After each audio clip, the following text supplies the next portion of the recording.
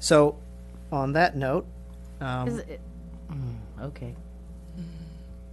I guess we're going to talk more about the coastal zone when it comes to ADUs, correct? Oh, Yes. big mouth, sorry. I'll just be quiet. so I'm sure there will be discussion on this item, but we did put it after that one because of the coastal zone being the primary issue with our ADU legislation as well. So as your commission is aware, new amendments to the ADU law took effect on January 1st, 2017, with the primary purpose being to reduce barriers to construction of ADUs and streamline the permitting process. It included this subsection at the very end of the law, and this was pre-existing in the law, that said that nothing is construed to supersede supersede or in any way alter or lessen the effect of the California Coastal Act. Based on this provision, case law existing at the time, and discussions we had with Coastal Commission staff, we advised the council in early 2017 that they were not required to modify their ordinance to comply with this new ADU legislation because changes would be necessarily in conflict with the city's zoning ordinance, which is a part of its LCP, and therefore are essentially part of the Coastal Act. Subsequent to our advice, Coastal Commission issued a couple of guidance memos, and in the latter memo, they gave some more clear guidance, which wasn't exactly the same guidance we got when we spoke to Coastal Commission staff about this issue. And those are just a couple of excerpts from the latter guidance memo. So the takeaway that staff has taken from these guidance memos now is that coastal cities should endeavor to look at the ADU legislation, compare it to their ordinance, and when there are not clear conflicts between your LCP or the Coastal Act and the ADU legislation, the recommendation of the Coastal Commission is to incorporate those provisions into your ADU ordinance in your local coastal city. And so that is what we are now in the process of doing as part of the LCP update process, seeing what provisions might be a direct conflict with LCP policies that we think are critical to implementing the Coastal Act in the city of Carpinteria, and areas where it wouldn't be a direct conflict, where it would be possible to incorporate the provisions of the ADU legislation. For me, the only issue is coastal access. I mean, if you build a unit on a lot and it's just like not in the way of the path, I mean, what other issue is there? These are just rhetorical, and also, I don't think everybody knows that ADU stands for additional dwelling unit out there in the public, and this is a big controversy in a lot of cities, and we are not precluded from doing it by the Coastal Commission. That was the first take, and I was really hopping mad about that because it can work, it can coincide with the Coastal Act. So I'm glad we're going to be looking at that. So this measure to have additional granny units, as we used to call them, but maybe look at how to make it more effective, because it hasn't really worked so far. Correct. Can I jump in? Please. So part of the law, we do have, with these new laws, there are a couple of areas for accessory dwelling units that are outside of our LCP, and that was a requirement to make the development impact fees equivalent to what so it wouldn't be an accessory dwelling unit is meant to be smaller than a regular 3-bedroom home, and the development impact fees need to be reduced accordingly. Also hookup fees, so the fees charged by water and sanitary districts, those 3 fees alone prevented a lot of people from going forward. Just, I think it was 60,000 or more for all of, probably a lot more for all of that. I'm sorry, I don't have the numbers. But we did recently do a development impact fee update. We do now have development impact fees are reduced for accessory dwelling units, and we are working with one applicant who is going through the process.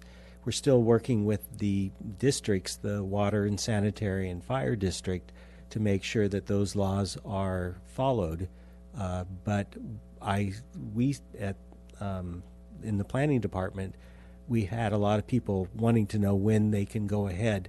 But again, they still need the larger parcel size, the 8,000 square feet. It doesn't work right now. And this is a possibility that we can do something to provide affordable housing. Those hookup fees, if you put an additional bedroom and bathroom on your house, you wouldn't have to pay that. Right. And it's probably the same size as an additional dwelling unit. So it's really just a way to get fees to run our government. I get that. But it is inhibiting people from building additional units. Right. And the state law doesn't allow it, but we get to play with that here. We get to make our own regulation, should we come up with any, so that it's a checklist rather than, a public hearing and all the bells and whistles. But, some of these have to be looked at carefully if you want to provide the housing. I mean, if you don't, well, then we'll just say we don't have to. With respect to utility connection fees, I haven't followed it closely. What teeth is in the legislation to require None. the districts, et cetera, to cooperate? The ADU legislation provides that there are certain types of fees that special districts, cities, and counties may not impose on ADUs, and those include connection fees and capacity charges, I believe are the terms they use.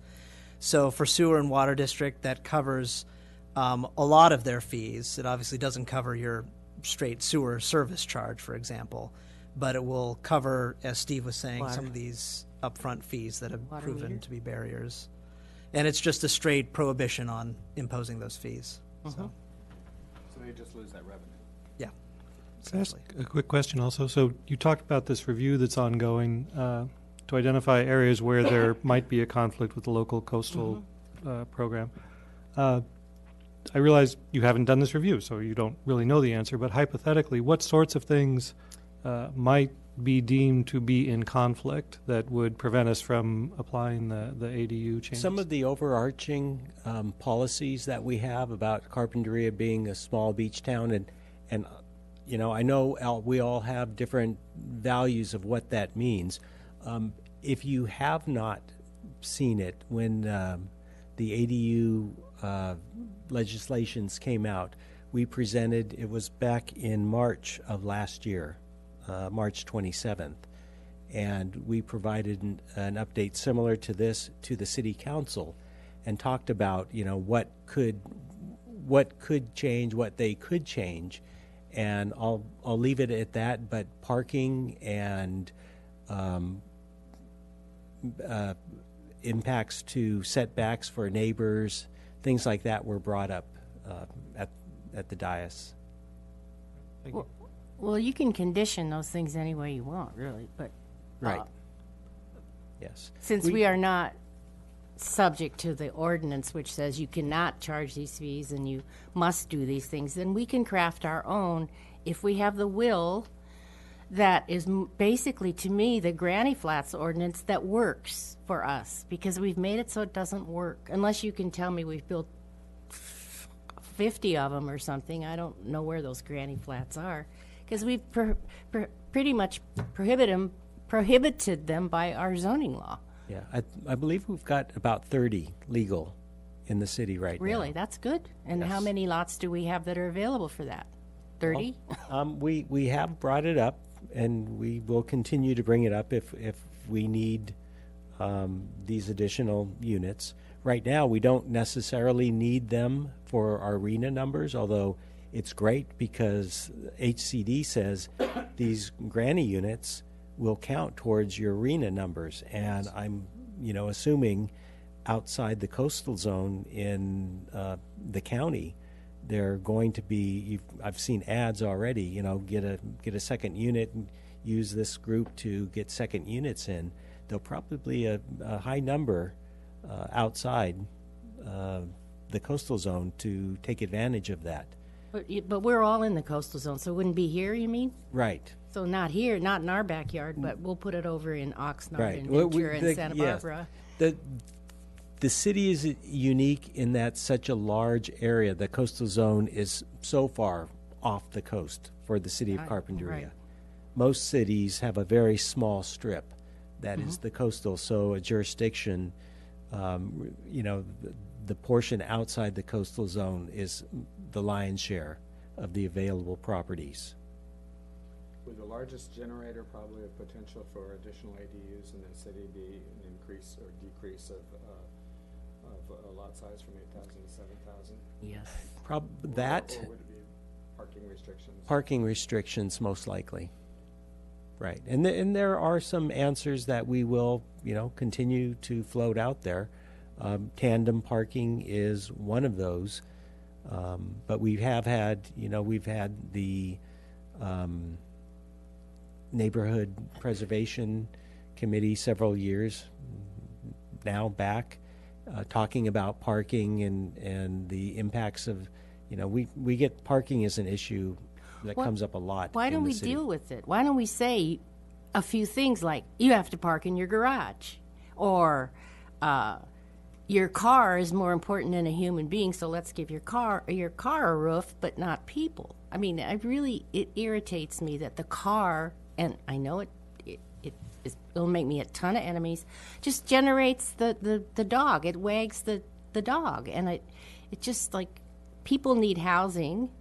And yet our cars are such a big deal. And it is the parking issue, congestion, noise, parking, traffic that people hate. Right. But then where do they put the bodies, Don't have any more kids. I'm sorry. I'm on a roll.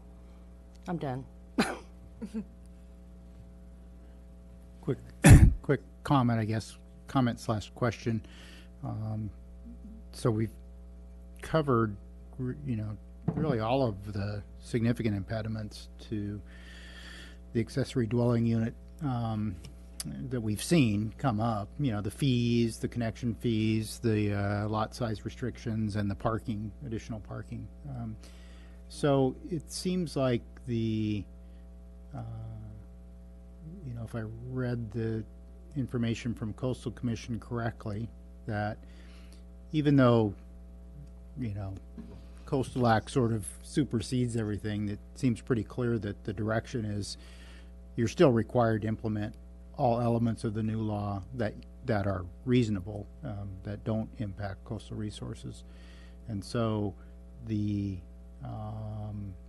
and parking, the elimination of restrictions on parking is one of those that's specifically spelled out, I believe. And unlike the fees for some of the connections that are special districts, the parking, we have direct control over. So, am I misinterpreting that guidance? Isn't that guidance sort of direct us that we do need to make adjustments that would alter the parking restrictions? Well, I would say that your description, Commissioner Lefevre's, of the guidance is accurate in that the Coastal Commission or Coastal Commission staff is saying, this is how we interpret this law, and this is what cities should do. This is our recommendation. This is what we believe cities should do. Our interpretation of this law is you need to go back, look at your LCP, compare it to the ADU legislation, see what you can do to implement the ADU legislation if it wouldn't conflict with your LCP. That is clearly what Coastal Commission is saying coastal cities should do. Coastal Commission is not a court of law, and they're not the legislature, so it is inherently a recommendation. That's the first caveat to that. Then, as to the question about parking, the question is whether parking is something that would conflict with your LCP policies. And if you talk about things like coastal access being available, if there is insufficient parking in the city, you could argue that it's created a detriment to coastal access. So that's certainly obviously one of the more controversial issues that the city will have to deal with, and ultimately the council will consider at some point. Interesting. Thank you.